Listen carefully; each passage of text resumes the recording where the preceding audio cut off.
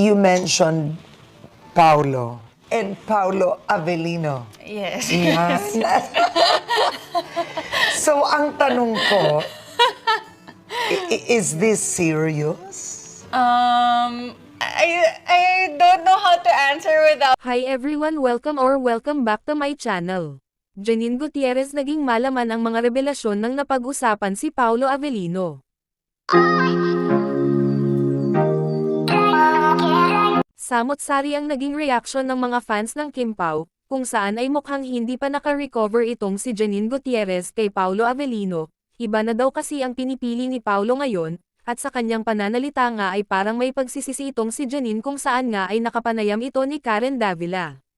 Naitanong nga ni Karen Davila kay Janine kung nagkaroon ba sila ng seryosong relasyon kung saan ay naging kontrobersyal ang kanilang naging hiwalayan. Sa naturang tanong nga ay hindi agad sinagot ni Janine na parang gusto pang isama si Paulo sa kanyang interview.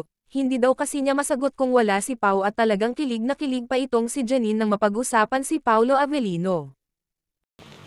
Paulo and Paulo Avellino. Yes. Yan. So, ang tanong ko, is this serious? I don't know how to answer without him here. Pwede ba mag-take two na lang kung kasama siya? Pero hindi ko ikakat yun. Sige. Oo. But is there something? I don't Is it know what to special? say. Yes. Okay. Are you hopeful for this one? Of course. I guess hindi ka na rin naman mag-i-invest ng oras sa isang bagay na wala lang. Oo. Yeah. Did you like Talagang totoo na nagkaroon sila ni Paulo at Janine ng relasyon, at muntik na nga itong magpakasal, pero hindi natuloy dahil ang isa sa kanila ay hindi pa ready, kaya siguro mahirap sa kanya nang naghiwalay sila. Kung papansinin mo, ang sagot ni Janine ay sinabi niya na, paano mo pa ipaglaban kung wala na? Talaga namang kung meron pang chance na magkabalikan sila ay talagang ipaglalaban niya talaga.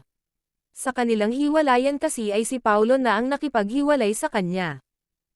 him the first moment you saw him? The first, when I met him, yeah. I saw him kasi parang mga 5 years ago pa. And then parang we lost touch. And then we saw each other again na lang nung nag-shooting kami nung ngayon, kaya. And you liked him na? When I met him, medyo para siyang yung parang inilawan. Magaling yun ah. Para siyang nakadipa Pero lang. I have to say, I'm sure nung una kanyang nakita, he was like, wow.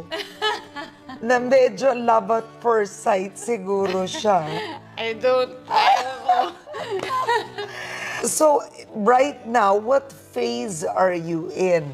I think we're happy. And parang we're the type of people who are medyo mas private din. Yes. Which I'm sure is annoying to our fans and to other people. Pero, pasensya na kayo.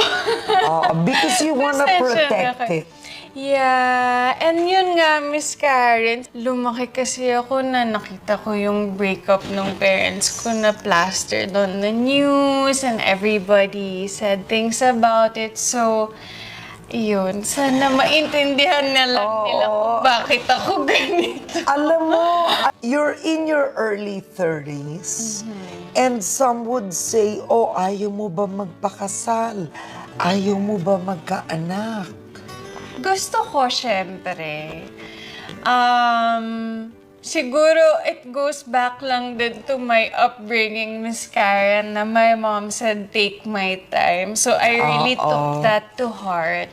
And gusto ko sana na pag ikasal ako, hindi kami maghihiwalay. So medyo overthinker ako pagdating sa Napakaganda.